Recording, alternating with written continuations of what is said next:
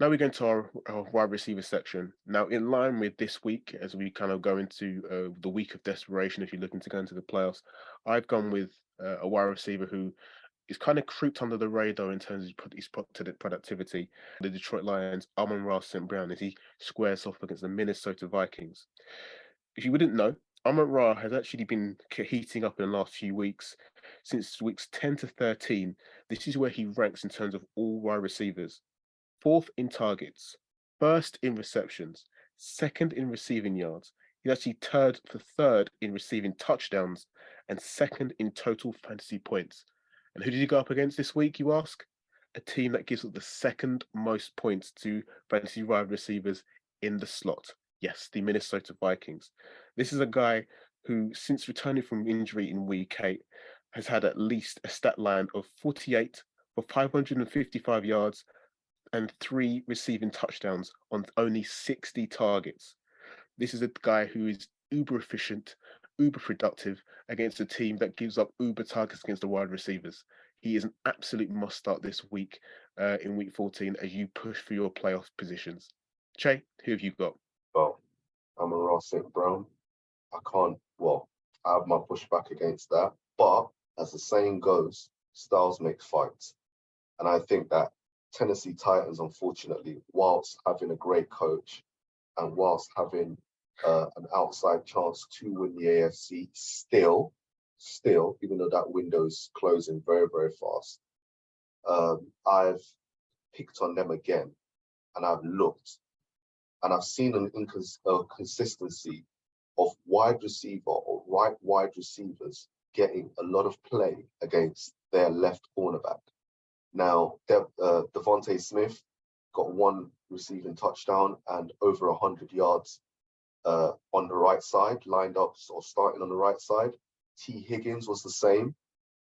We saw that great catch that he made 2 weeks ago.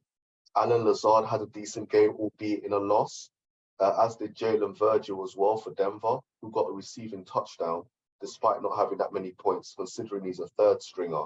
I would say that's a good game. And then you had Juju Smith-Schuster as well, getting 88 yards. Now, why is that important? That right side or the left side for Tennessee, the right wide receiver side of the opponent?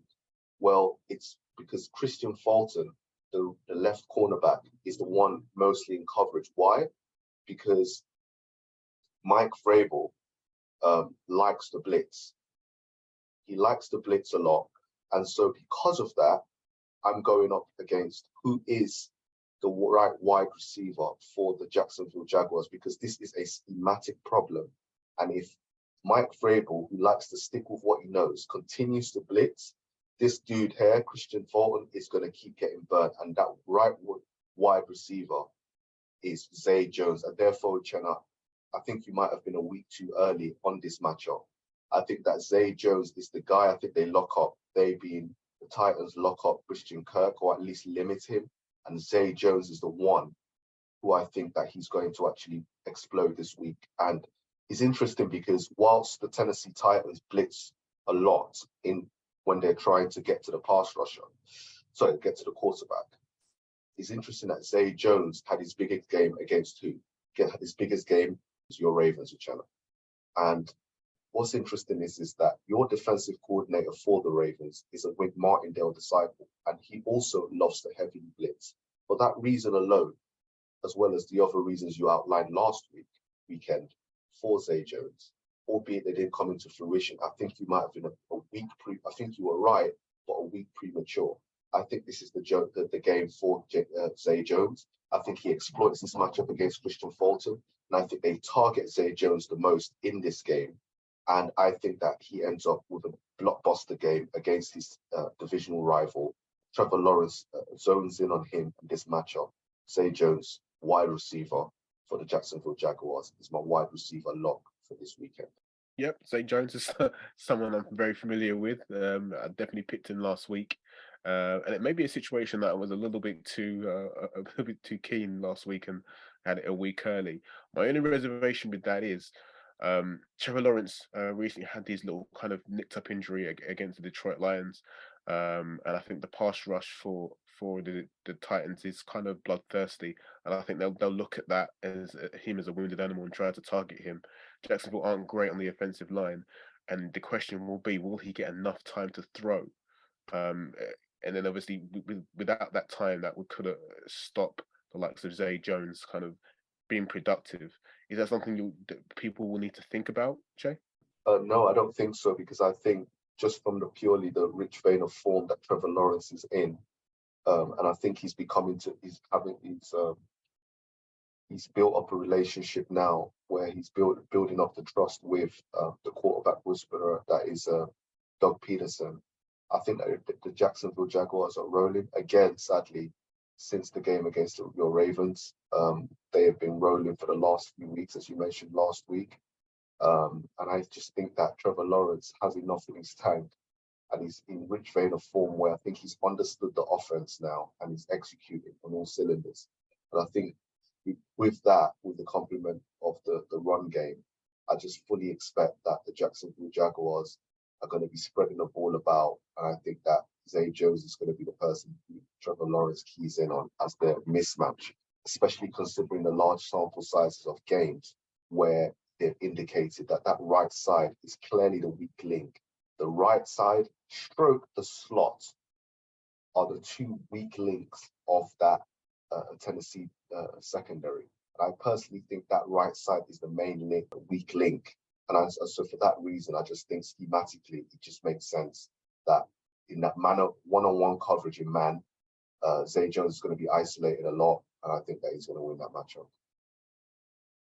Definitely, that definitely could happen. And you're pretty right about the rich vein of form that Lawrence is in.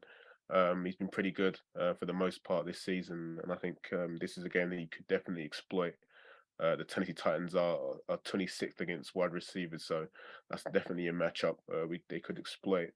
On the other hand, just finally with Amon-Ra St. Brown, Minnesota Vikings are going to be without cornerbacks Cameron Dantzler, who's currently on IR with an ankle injury, Andrew Booth, who's also an IR with a knee injury, and a Caleb Evans, who actually has a concussion. So they're going to be without their top three corners against a guy who is uber productive, so productive that I actually had to kind of look at it in a different light. So if you look at the most productive wide receiver last year, Cooper Kupp, in his span of games, he was averaging targets of 11.2 targets per game. So that basically works out as a 25.9 points per game on 10 within a game at span of 10 games.